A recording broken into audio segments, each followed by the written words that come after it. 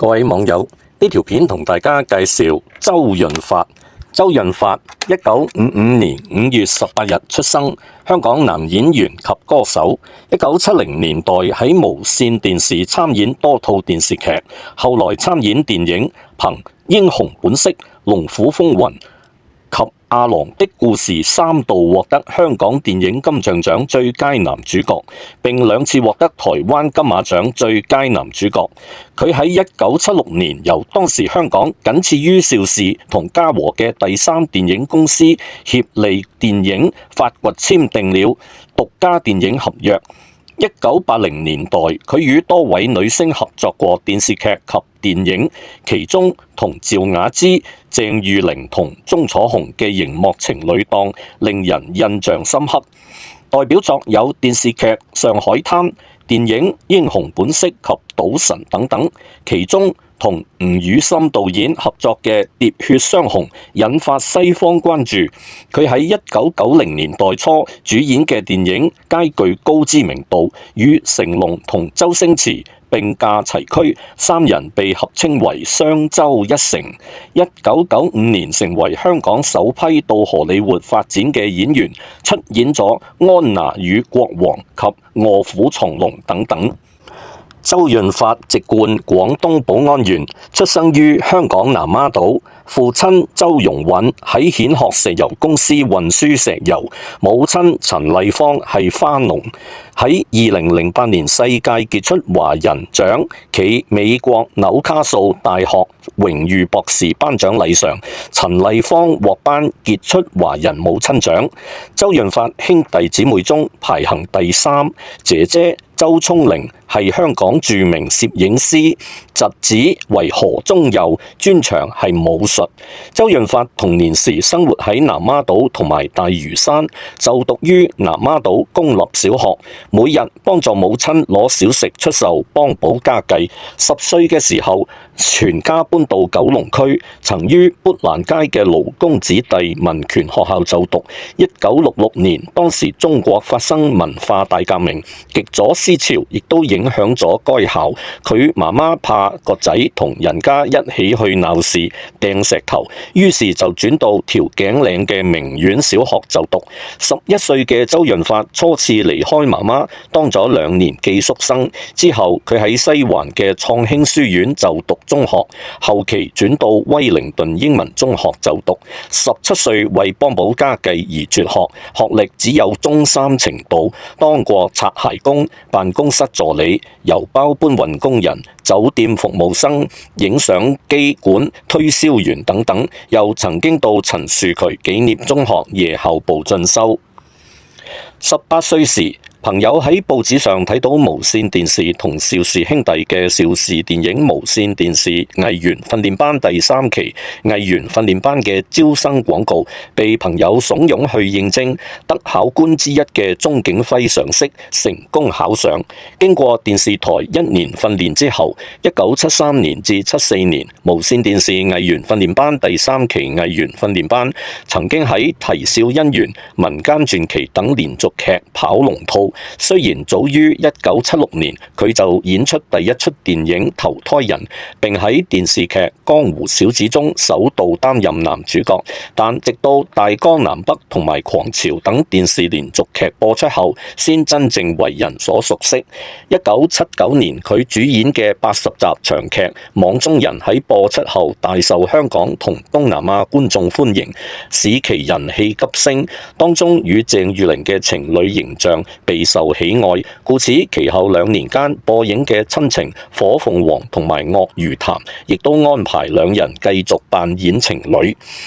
1980年電視劇連續劇《上海灘》令佢成為華人世界嘅明星，主角許文強變得家傳戶曉，與趙雅芝嘅搭檔亦為人津津樂道。同樣喺1980年，周潤發當時剛拍完無線電視劇集《親情》，無線電視監製焦振強安排佢當即將開拍嘅劇集男主角，但呢個時候周潤發就答應咗許鞍華拍胡越的故事。根據無線電視藝員合約，佢唔能夠因接拍外邊嘅戲而拒絕公司嘅電視劇，但係周仍然屬意拍攝胡越嘅故事。無線電視高層陳慶祥為此與胡越的故事嘅投資人梁占美及其夫人梁李少霞見面，希望以賠償20幾萬令到電影延期開拍。最終珠城公司沒有答應。周潤發為避開無線，更一度遠走加拿大，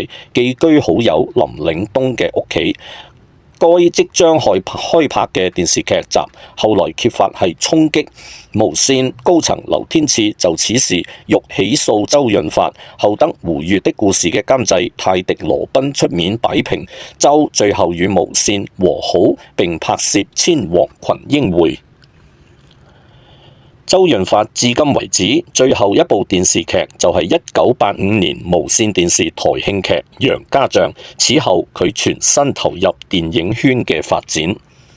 周潤發喺1976年電影中首次亮相，喺協理電影製作嘅幾部電影包括撈家邪牌姑爺仔同埋入冊。喺1972年至1981年間，協理電影製作發行超過100部電影。自1980年代以來，協理投資咗大量房地產，仲擁有一家電影院。周潤發係申請無線電視訓練班前，被吳協建發掘為演員。吳協建喺1960年尾獨資成立協理電影，擔任主席兼董事總經理。佢係全部協理電影嘅製片人，同僱用其他人擔任導演同埋製作崗位。周潤發靠呢啲1970年代喺協理嘅票房，有啲多於100萬港元。比起佢喺1980年代嘅作品，包括《血汗金錢》、《江湖檔案》、《灰靈》、《上海灘》續集等電影票房收入仲要高。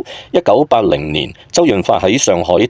獲得巨大成功之後，開始接拍非獨立小型公司製作嘅低成本電影。1981年接拍咗許鞍華執導嘅《胡越的故事》，喺電影中扮演一名越南華裔青年，漂泊無定，可說係佢第一部成功嘅電影。可惜電影叫好不叫座，因此1980年初離開協理後，周潤發曾被戲稱為票房毒藥。直到5年後，另一位事業亦都陷入低潮。原本以功夫片知名嘅導演吳宇森認為傳統功夫片已走到瓶頸，社會需要新嘅有現代氣息嘅英雄。佢集合周潤發、狄龍同張國榮，拍攝咗電影《英雄本色》，獲得空前成功。周潤發飾演嘅角色 Mark 哥深入人心，並首次贏得香港電影金像獎最佳男主角。之後拍咗2部續作，《英雄本色2》同埋《英雄本色3：夕陽之歌》。隨住《英雄本色》嘅成功，周潤發又主演咗多部黑幫電影，譬如係《江湖情》、《英雄好漢》等等。其後飾演唔同嘅角色，亦都好成功。其中令人印象深刻嘅有動作片《喋血雙雄》、劇情片《監獄風雲》、浪漫小品《秋天的童話》、喜劇片《大丈夫日記》同埋《八星報喜》、警匪片《龍虎風雲》、賭博片《賭神》系列、劇情片《阿郎的故事》等作品。1990年代同成龍、周星馳被稱為雙周一成，直到1995年佢參與咗70部電影，而且多次贏得金馬獎、香港電影金像獎同美國電影協會頒發嘅亞洲傑出演員獎，並被日本影迷選為最佳電影槍手。喺1995年拍咗《和平飯店》之後，轉往荷里活發展。喺荷里活接下第一部片之前，佢花咗3年時間學習英語，並且努力了解同埋接受荷里活嘅工作方式。第一部作品係接拍 MTV 導演出身嘅 Anthony Fuqua執導嘅《血型未冷》，可惜反應平平。隨後嘅《安娜與國王》，觀眾嘅焦點亦都只係集中喺女主角朱蒂福斯特身上。2000年佢喺李安執導嘅《臥虎藏龍》中飾演李慕白，影片更加獲得咗奧斯卡最佳外語片等多項殊榮。2006年同鞏俐合演張藝謀執導嘅古裝片《滿城盡帶黃金甲》。2007年友情演出許鞍華執導嘅《姨媽的後現代生活》，並參演荷里活大片《加勒比海盜3》。2010年喺歷史傳記片《孔子決戰春秋》裏邊飾演孔子，獲得香港電影金像獎最佳男主角提名。同年參演荷里活電影《諜海風雲》。2010年喺姜文作品《讓子彈飛》中飾演反派角色黃四郎，口碑與票房都成功。2010年代，佢與王晶再次合作賭博喜劇《賭城風雲》系列，喺中國大陸同香港都收穫咗好好嘅票房成績。2018年佢演出《無雙》，憑此片入圍第38屆香港電影金像獎最佳男主角。周潤發有2段婚姻。第一段與余安安嘅婚姻維持咗9個月，與來自新加坡嘅現任妻子陳慧蓮嘅婚姻超過30年。陳慧蓮曾經喺1992年懷孕，女兒臨盆前1個星期，但係就因臍帶潛頸至窒息而亡，此後決定不再生育。周潤發曾經跪拜張家輝為泰拳、功夫同埋健身教練，而周潤發自學攝影。閒暇時間會與朋友喺香港四處攝影，欣賞攝影聯展。1997年，周潤發嘅姐姐周聰玲用化名攞咗周潤發拍嘅3張照片參加香港回歸攝影聯展，其中一幅以番茄為全景嘅照片奪得咗3等獎。2004年12月21日至24日，周潤發與9位攝影愛好者合辦黑白情懷攝影聯展，喺香港大會堂高座展覽廳裏邊展出96幅黑白作品，其中包括大井緣、老當益壯同漁村等作品，都由周潤發親自沖印。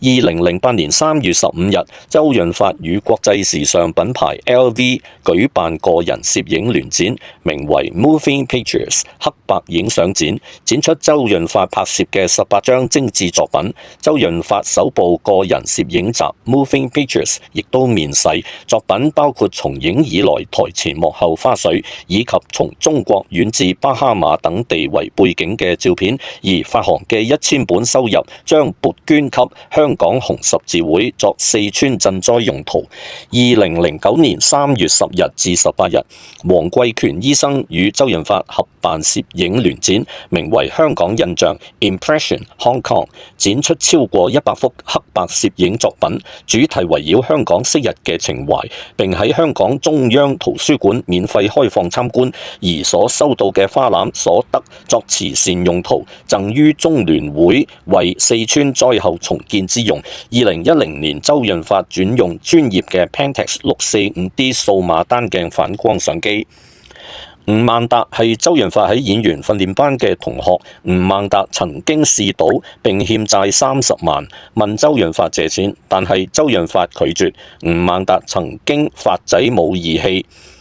吳孟達後來回憶，好感謝周潤發當初唔借俾佢錢，不然唔會有今日嘅佢。周潤發公共議題上被認為敢於評論而不失溫和，休息嘅時候都會返到香港，會拎住相機與幾位志同道合嘅朋友去拍風景照，又或者係到九龍城街市買餸煮飯，過平常生活。其親民形象深入民心，有傳媒稱佢為香港之子。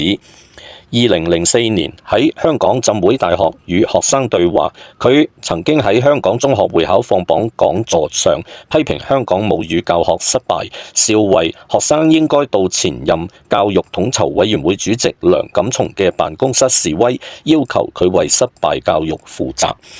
2007年4月29日，香港皇后碼頭清拆問題引致示威者絕食抗議。4月28日凌晨4時，周潤發到場支持，鼓勵示威者。